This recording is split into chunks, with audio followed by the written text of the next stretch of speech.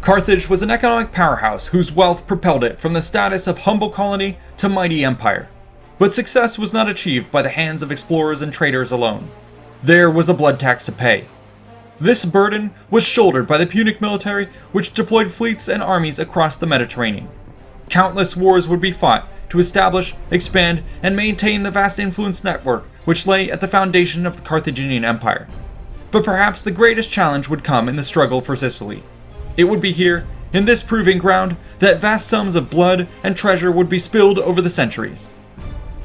Today, we'll be diving into the history of these Punic Sicilian Wars.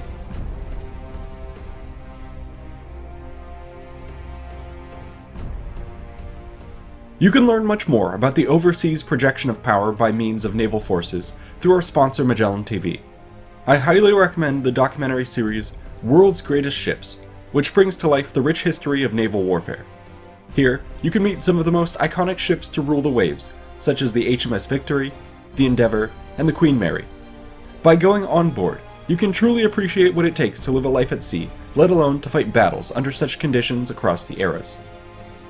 Documentary videos like this are added weekly to Magellan TV, which already has a collection of over 3,000 videos to choose from among the categories of history, science, nature, space, and more. You can watch World's Greatest Ships, or any documentary that catches your interest, by clicking the link in the description below, or going to try.magellantv.com/invicta to get a 1-month free trial. Enjoy, and happy exploration.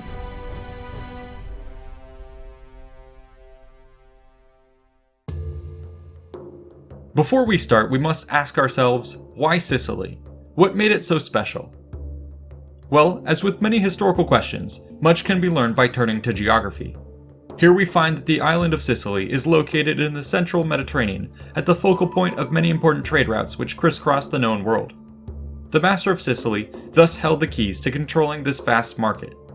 Important strategic locations included the numerous natural harbors dotting the coast, the Straits of Messina, and the smaller neighboring archipelagos such as the Aegates and the Aeolian Islands. As for Sicily itself, there is much to talk about. The land is dominated by mountains which cover roughly 25% of the terrain, with another 60% taking the form of hill country, which eventually descends into the remaining 15% of lowlands. But despite these somewhat inhospitable sounding figures, Sicily actually proved to be quite an ideal home. Its slopes were filled with many life-bringing rivers and natural springs, while its mild climate and fertile, volcanic-fed soils made it an ideal place to grow crops. In fact, Sicily's agricultural abundance would later be demonstrated when it became an important breadbasket for the Roman Republic. In addition to what the land provided, the surrounding seas also held abundant maritime resources. The primary beneficiaries of these geographic features were the early inhabitants of the island. In this regard, there were 3 major groups: the Elimi, the Sicani, and the Siculi. These tribes inhabited many settlements which sprung up across the landscape and eventually developed into a series of complex urban villages and towns over the course of the Bronze Age. Some banded together into loose federations, but by and large they remained fairly independent.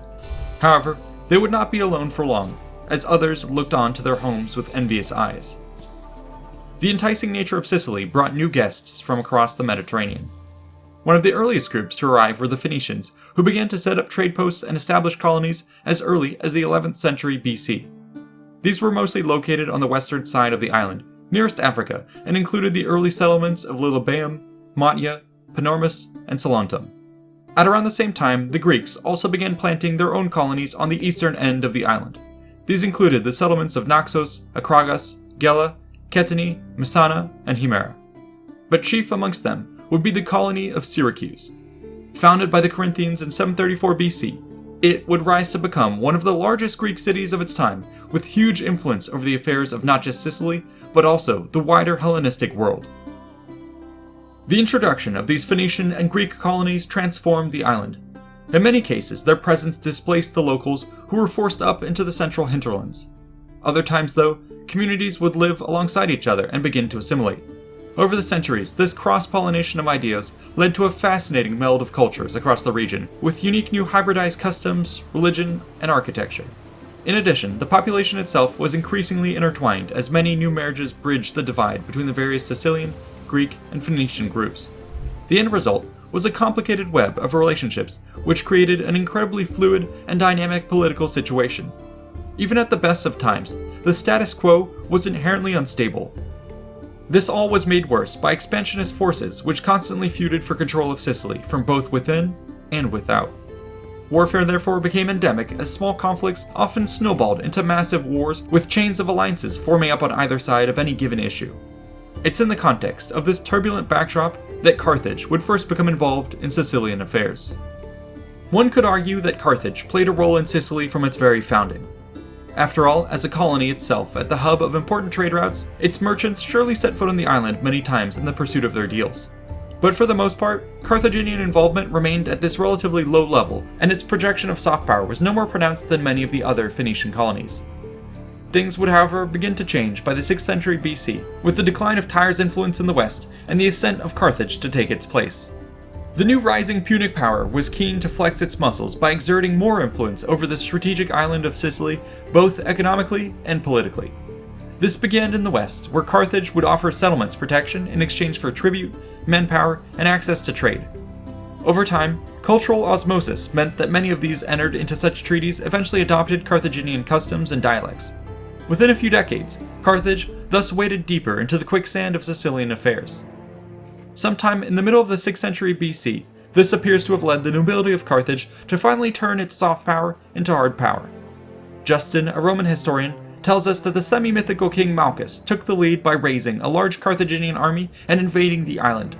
Though few records exist, it appears that his campaign involved capturing booty and slaves and sacking a number of areas in the western regions. Certainly this won Malchus enough profit and renown for him to return home in celebration. However, his impact on the island amounted to little more than a propaganda victory, as we have no evidence of direct rule being established over Sicily in this period. Nonetheless, the precedent set by this first campaign paved the way for future conflict. After all, Carthage had proven to all observers that it was a force to be reckoned with, one both willing and able to throw its weight around. We see this next come into play in 510 BC, when the Spartan prince Dorian sought to establish a new colony in Sicily. The local Almeans of Segesta mounted an opposition to the new arrivals and appear to have turned to the Carthaginians for help. While we don't know exactly what happened, the newfound allies ultimately proved victorious in these efforts. Thus we see that parties on both sides of the narrow divide between Sicily and North Africa could take advantage of increased Punic involvement. It's hard to imagine, however, if either side could have foreseen what was to come. The catalyst for the next wave of violence took place at the start of the 5th century BC. It's at this point that the political winds had once again shifted in Sicily, as an increasing number of Greek colonies fell under the sway of tyrants. In the south, 2 Dorian Greek rulers consolidated power, with Gelon laying claim to the lands around Syracuse, while his ally, Theron, seized the central lands around Acragas. Together, they were poised to dominate the other Greek, Sicilian, and Phoenician leaders. Meanwhile, the Ionian Greek resistance consolidated in the north behind the leadership of Tirilius of Himera and Anaxilis of Rhegion. But how long could they hold out against the tyrants? For Carthage, this was not a question they could wait to have answered. According to the historian Diodorus, they therefore began to draft plans for military intervention. In these matters, it is likely that the rising Magnid clan and their leader Hamilcar the First played a large part in directing Punic foreign policy. When Theron took over the city of Himera in 483 BC, the ousted leader Tirilius called on the Carthaginians for aid. This was the casus belli they had long awaited. A huge army was now raised, consisting of Carthaginians, Libyans, Sardinians, Gauls, and Iberians.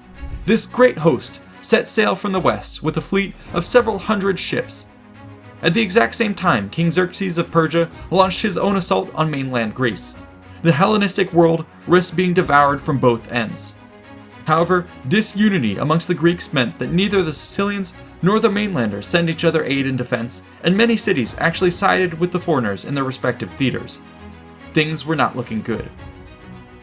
Luckily, the Greeks were favored by Poseidon, and the incoming Punic fleet was battered by storms during the crossing to Panormus, which cost them many horses. It also meant that Hamilcar had to pause temporarily to regroup and repair his forces, which gave the Greeks precious time to mount an opposition.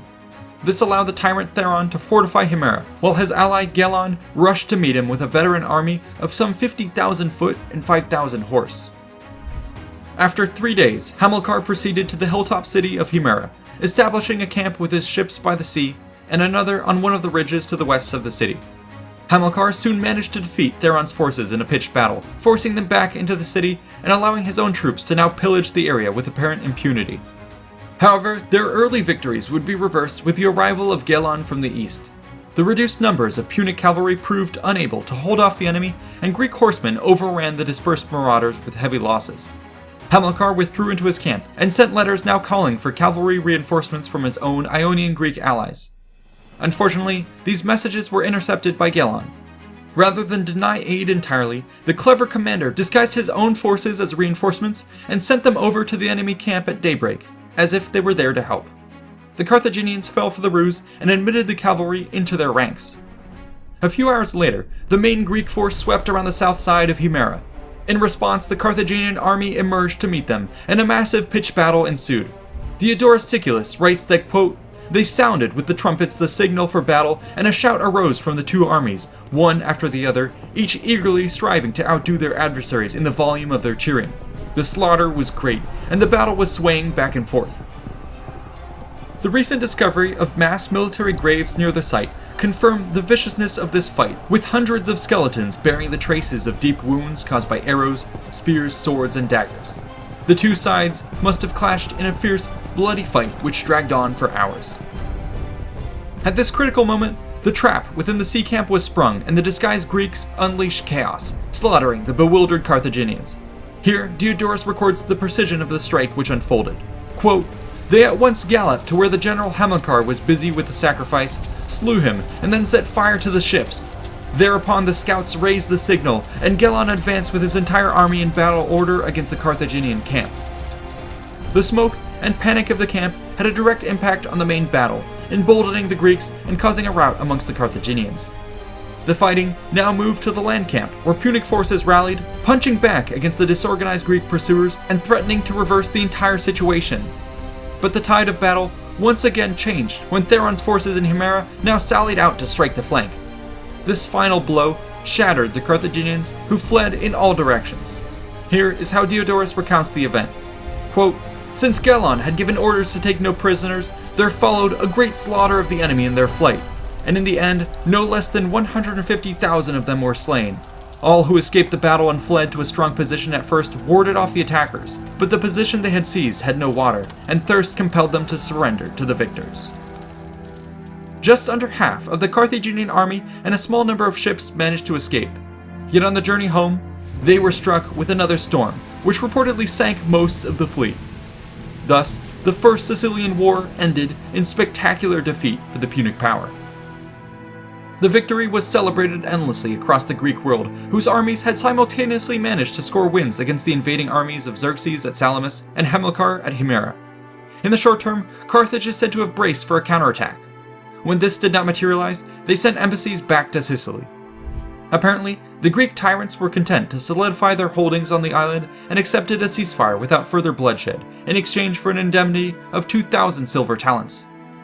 In the following decades, Carthage would lick its Sicilian wounds and turn its attention to other theaters of war such as North Africa and Sardinia.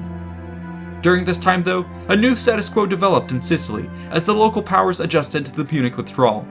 This largely benefited the tyrants Theron and Gelon, who now reigned uncontested.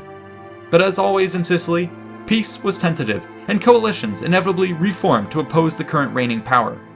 For the most part, this took the form of the ongoing feud between the Ionian and Dorian Greeks, with the Sicilians caught in the middle. When the tyrants died, their heirs were unable to maintain their grip on power, and the island once again slipped into a fractured state of warfare with over a dozen competing factions. The question was once again posed: who would be the master of Sicily? Carthage, now having recovered and standing stronger than ever before, would have something to say on the matter. Join us next time as we explore the next stage of the Punic Sicilian Wars. In the meantime, you can catch script previews and download art from each episode over on our Patreon. Meanwhile, a huge thanks is owed to our current patrons for funding the channel, and a big shout out is also needed to the researchers, writers, and artists for making this episode possible. Be sure to like and subscribe for more content, and check out these other related videos. See you in the next one.